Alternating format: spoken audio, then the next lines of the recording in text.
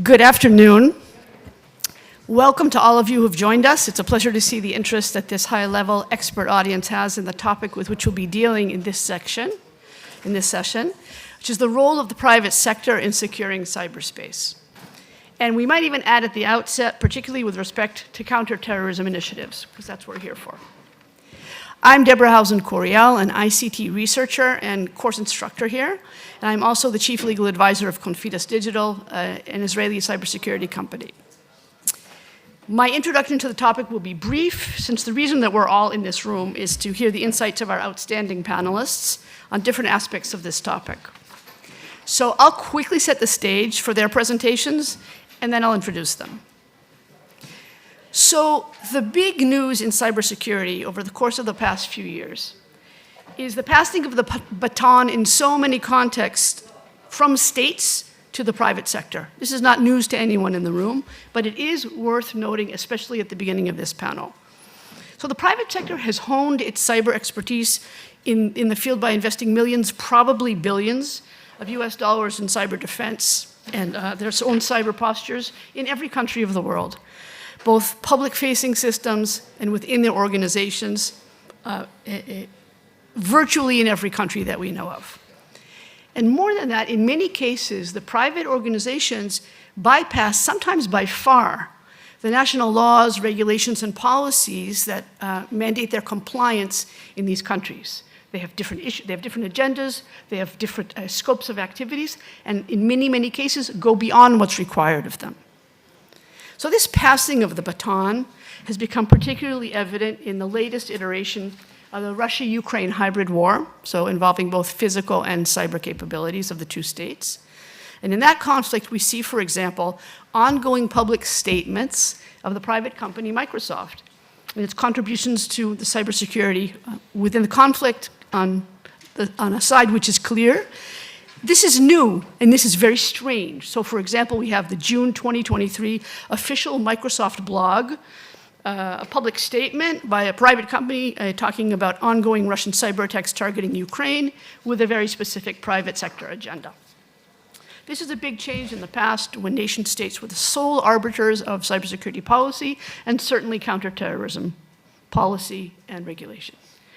So this is one of the core issues that our panelists will address. I'm going to throw in one more, which is one of the things that keeps me up at night sometimes, the distinction between terrorist use of cyberspace and actual terrorist acts committed through cyberspace. So if our panelists want to address that as well, that would be fine.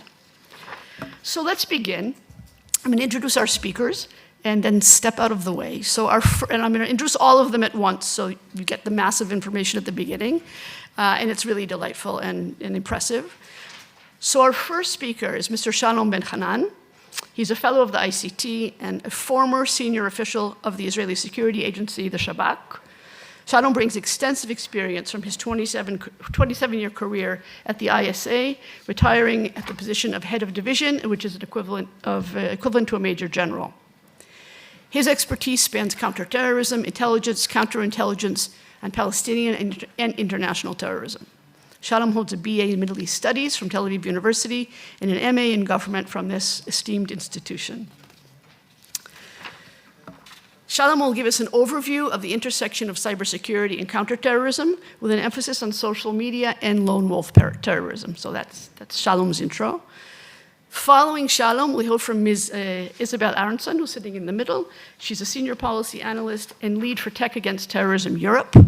She's a senior policy analyst there, where she leads the EU-funded initiative, as well as the organization's mentorship program, providing consultancy to tech companies.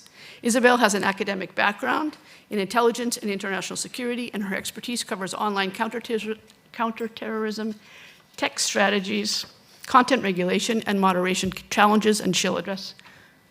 Oh, I'm moving one of the presentations, so IT folks up there, be aware. Content regulation and moderation challenges, which are so key at present. Isabelle will share with us some of the insights, her insights about current online terrorist threat landscape, the terrorist threat landscape, and cross-sector policy and regulatory responses. And finally, we'll hear from our third panelist, Ayesha Hashem, Meta's head of public policy for Afghanistan and Nepal. Ayesha played a crucial role in leading Meta's response to the Taliban's takeover of Afghanistan. I'm getting excited even thinking about what she's going to say. Before joining Meta, Ayesha held policy roles in government institutions in Afghanistan, the UAE, and international bodies like the Asian Development Bank. She holds a bachelor's degree from the American University in Dubai and a master's in development management at LSE. It's an honor to have the three of you with us. And each of you has 8 minutes for the folks with the signs. There's a hard stop there, as we know. And we're planning to have a few minutes left at the end for audience Q&A. So audience, please prepare your concise questions as we move through the session, and hope we'll have time to address them as well. Shalom, the floor is yours.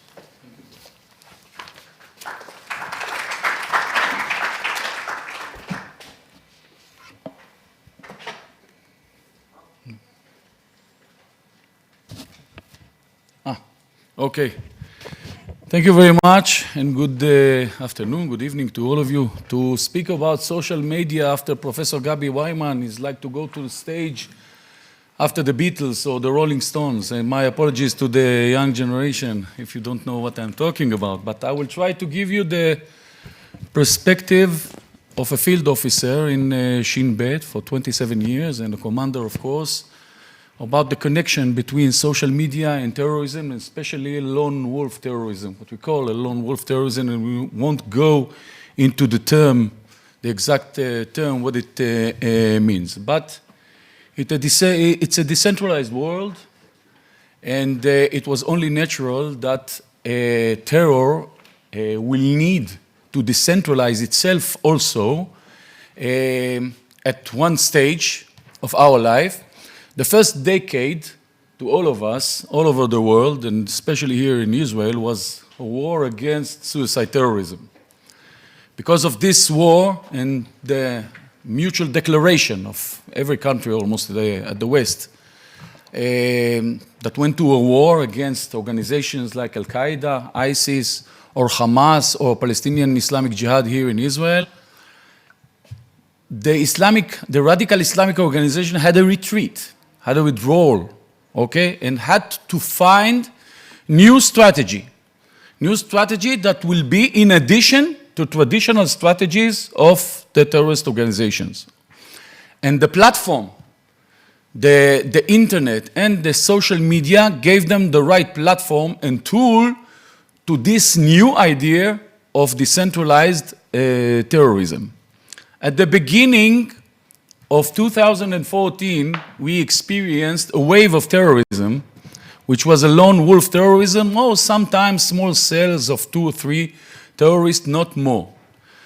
Just to give you an idea to compare it to the difference between suicide terrorism and lone wolf terrorism, we had no suicide terror attacks, severe suicide terror attacks, since 2006. Which means we maybe didn't defeat completely this method of suicide terrorism, but we succeeded to reduce it significantly. We have no casualties from 2006 until today, touch wood, from suicide terrorism.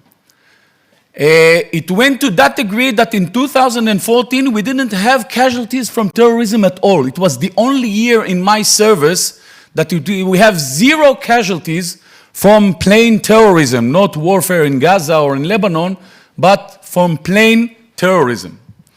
That was changed in 2014 because of a wave of lone wolf terrorism that we were embarrassed from at the beginning. It caught us off guard because we didn't understand at the beginning the phenomena. There is no organization. Sometimes terrorists are unknown, or most of the times are unknown to the security services. They have no record at Shin Bet. They even weren't religious.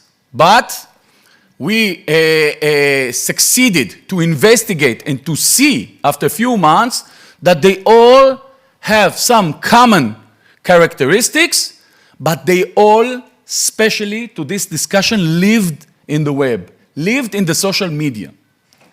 It was an embarrassment because they left signs, sometimes clear signs in the social media about their intentions before they went out to carry out a terrorist attack.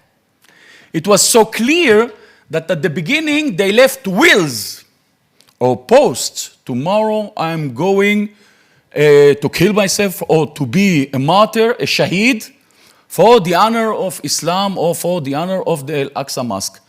With no affiliation to any organization, with no direct operation, with no commanding, with nothing. And we failed to understand at the beginning that it's not a spontaneous phenomenon, that somebody behind the scenes, especially in our decentralized world, our world of social media, is preaching and motivating this young generation to go out and to execute terrorism, even if they are not members of a terrorist organization. But that was only the first phase and the obvious phase all over the world. Of course, it's a global phenomenon. It's the same truck in Jerusalem, the same truck in Nice, and the same truck in Berlin. It's the same characteristics all over the world. But as all phenomena, okay, terrorist organizations want afterward to know how to exploit it, how to use it. And at the beginning, here, from my experience, Hamas and Islamic Jihad didn't succeed to understand themselves, but they studied very quickly. And they opened large departments, large mechanisms to operate and to try to motivate and operate young people to go and execute terrorism. Between 2014 and 2016, we had more than 65, 66, 67 killed people compared to 0 in 2013. The next phase was the success of Hamas or any other organization, but especially Hamas, to operate as an organization and to decide when to push out people from their homes in 2021 to a very big riots all over Israel. And to set aflame, with thousands of people burning synagogues, houses, cars, and of course, attacking people. And the third phase is the phase that we are in it today. The terrorist organization succeeded to combine both the direction of the organization and the individual initiative by financing groups like Lions Den, giving them orders on the net, and they will give the proof of the execution of the terrorist attack on the net, also filming themselves in TikTok because it's a new generation and Facebook is too old today for them. So for the last half of a minute, okay, I will not go on all the recommendation for counter-terrorism, but of course for this discussion, the most important things are how we deal with the social media, and like everything in IDF or Shin Bet, it's divided to 3 parts. It's monitoring, it's cooperation with the big firms to exclude and take out many of the contents, the terrorist contents from the social media, and of course, and we need that legislation and regulation of the state with the companies to try to prevent ahead this phenomenon. Thank you.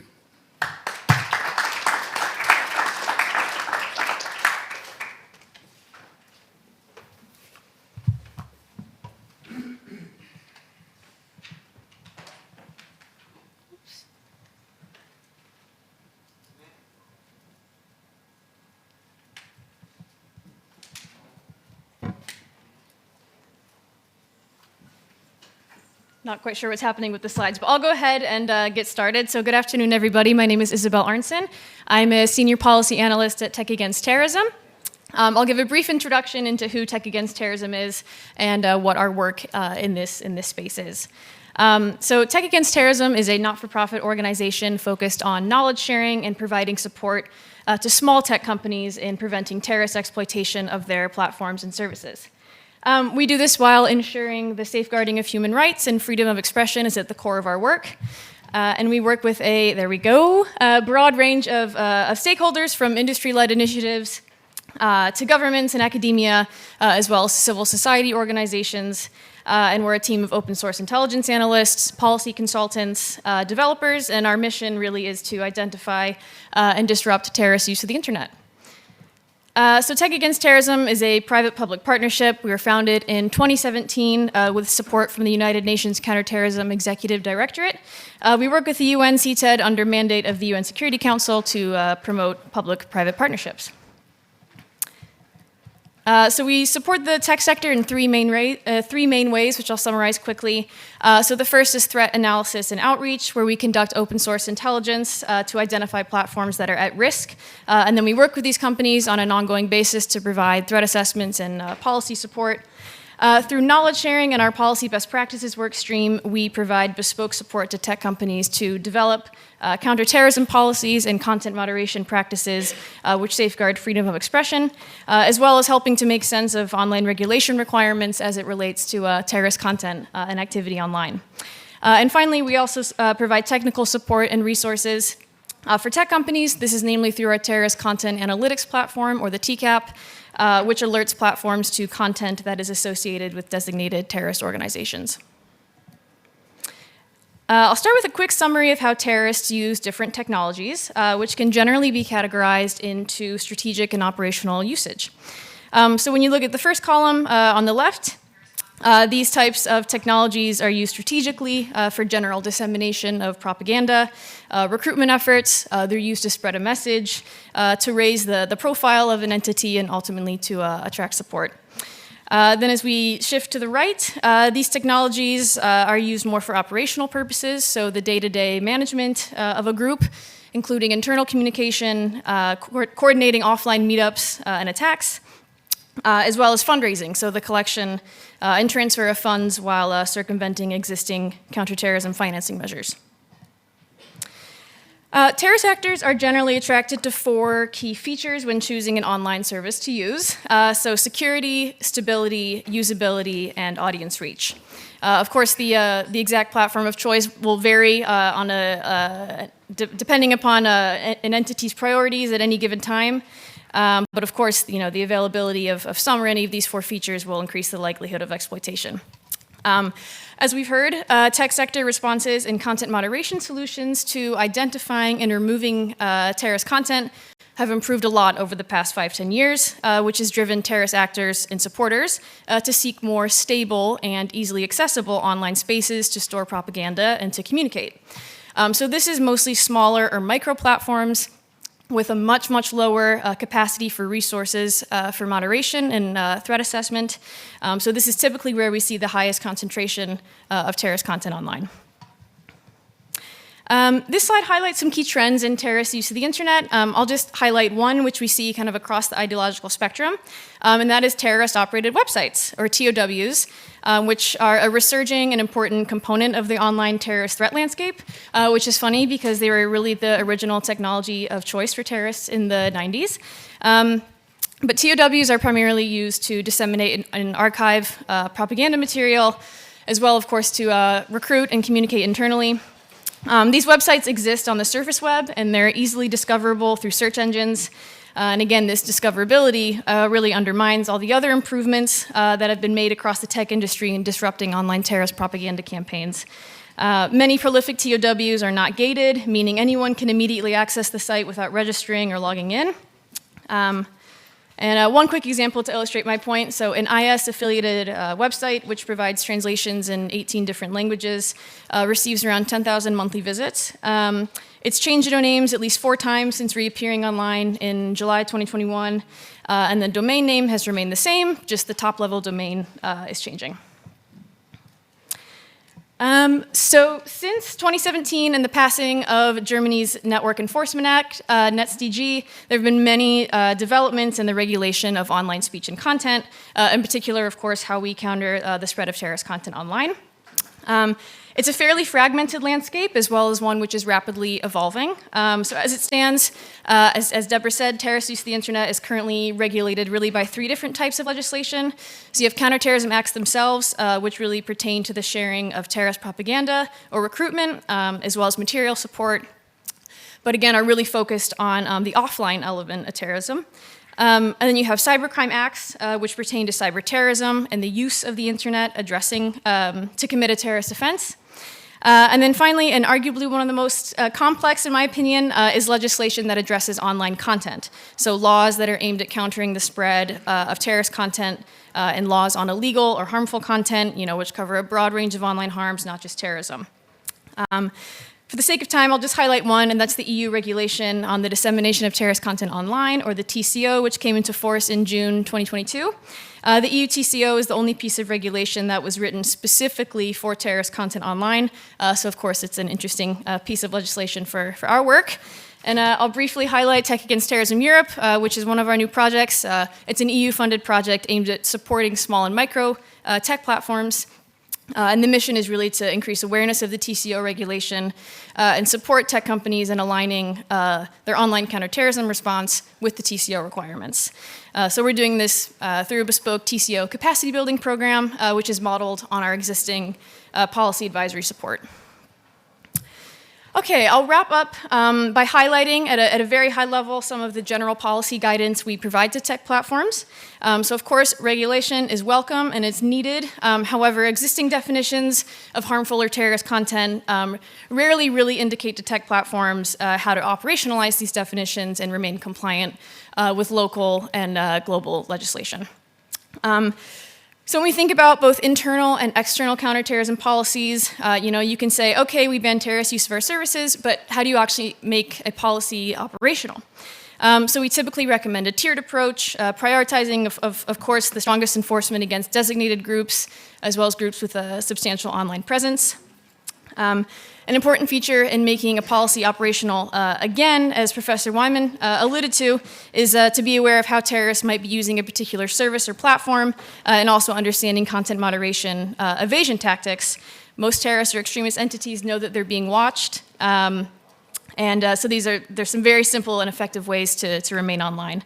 I'll wrap up by saying, even when the threat is well-defined and groups are clearly designated and clearly terrorist groups, platforms still, often encounter a lot of challenges when accurately identifying terrorist content and, again, assessing that coded or covert language against their own counterterrorism policies. So I'll stop there for the sake of time, but I welcome your questions, and thank you very much for your attention.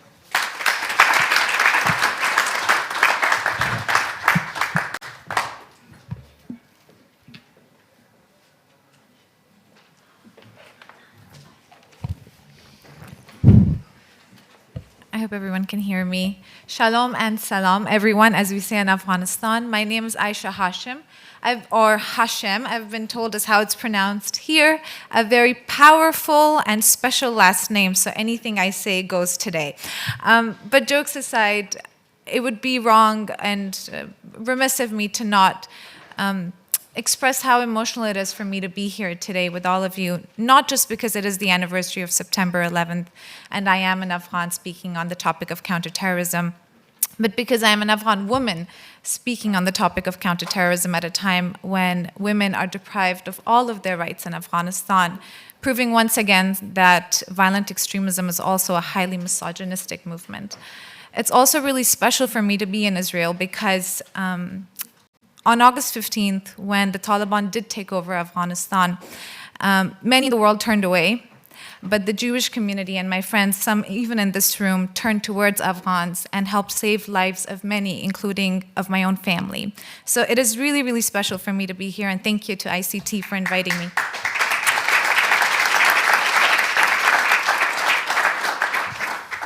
Now to the boring things. I know we've talked extensively about counterterrorism today, broader perspectives from this region, but I thought I would bring some perspectives from South Asia, particularly Afghanistan, because as you know, Shalom said, what happens in one country doesn't stay in that country, it permeates across the region.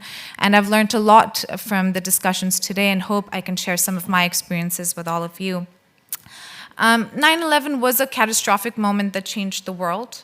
We have since spent the last 22 years studying the world of violent extremism, mapping activities, ideologies, patterns of behavior, finances, anything really to understand this erratic world in order to mitigate the risks emerging from it.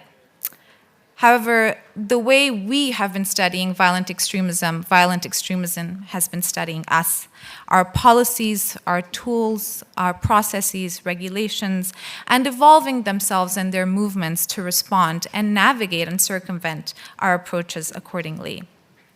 Today, terrorist groups, despite their many violent activities on the ground, have matured their strategy when it comes to engaging on social media platforms. Coordinating violence is no longer the only goal. Legitimacy is. Normalization of radicalization is. And the Taliban 2.0 narrative is a really excellent case study of this. As policy experts, our job is to look at a set of data and make predictions about what could happen based on that information and those signals that we have. And yet no one could predict that Kabul could fall so swiftly to the Taliban. And there are many reasons to that geopolitically that I won't get into, but as a tech platform, it emphasized to us the need to understand the power of propaganda and how effectively it can lead to the demise of any democracy.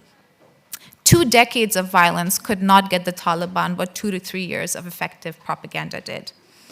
The Taliban deployed a savvy marketing campaign to rebrand themselves and sway public opinion in their favor. Despite their ongoing attacks on the ground, world-renowned news outlets and publications published Taliban leaders on their front pages, calling them the change makers and most influential persons of the year. At the same time, people in Afghanistan, news publications in Afghanistan, activists and communities in Afghanistan reporting on the same activity as terrorism, asking us to ensure that their voices are amplified. You can imagine what a challenge a situation like this would pose for tech platforms like ours. How do you protect the community on the ground and amplify their voices while still ensuring there's room for newsworthy discussions happening globally?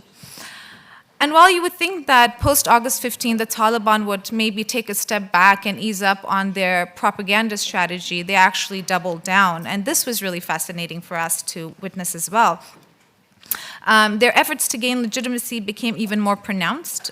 Soon after August 15, we saw the Taliban begin to change the colors and designs of their emblems and symbols, almost replicating the design of the US government's emblems and symbols. Fascinating.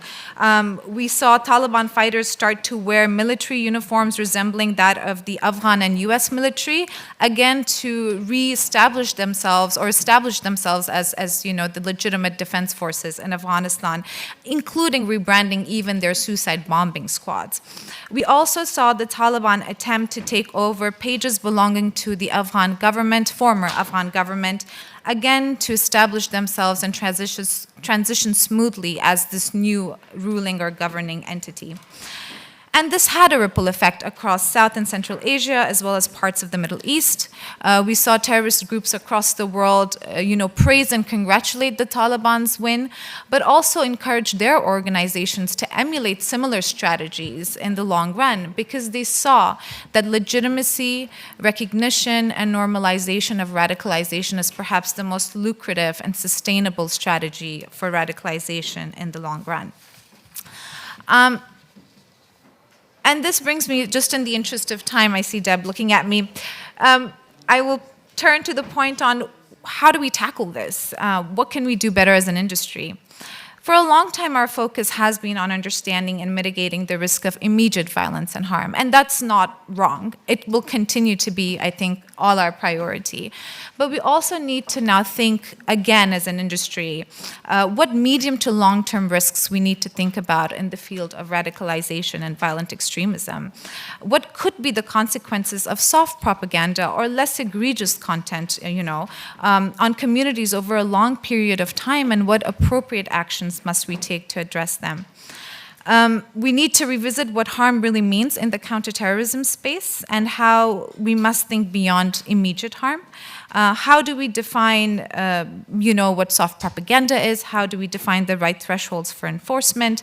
And how do we do this in a space where, people in the West, people in democracies talk about the Taliban, propagate their propaganda, whitewash the movement extensively on very popular news outlets.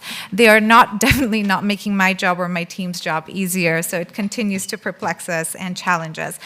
Lastly, my colleague David noted in his keynote address that these many complexities of the evolving landscape of violent extremism. Meta is a proud industry leader in information sharing forums and civil society engagement forums. We are currently the chair of the Global Internet Forum to Counter-Terrorism, GiveCT. And we continue to invest and engage with stakeholders and experts like yourself every day on our policies and how we must continue to evolve them, because we recognize the risk of complacency in the face of extremism. The Taliban 2.0 narrative started at least 2 to 3 years before the Taliban's takeover of Afghanistan. Today, the country is a hotbed for terrorist activity and gross human rights abuses. Only a few weeks ago, we saw a group of imams in England actually praise the Taliban's movement and launch their own podcast in favor. We're seeing similar discourse from across the world. And this again emphasizes to us the need to work together vigilantly across the industry to ensure that we are effectively combating the threat of violent extremism and also prevent its normalization, because just like we cannot afford another 9/11, we also cannot afford another August 15th. Thank you.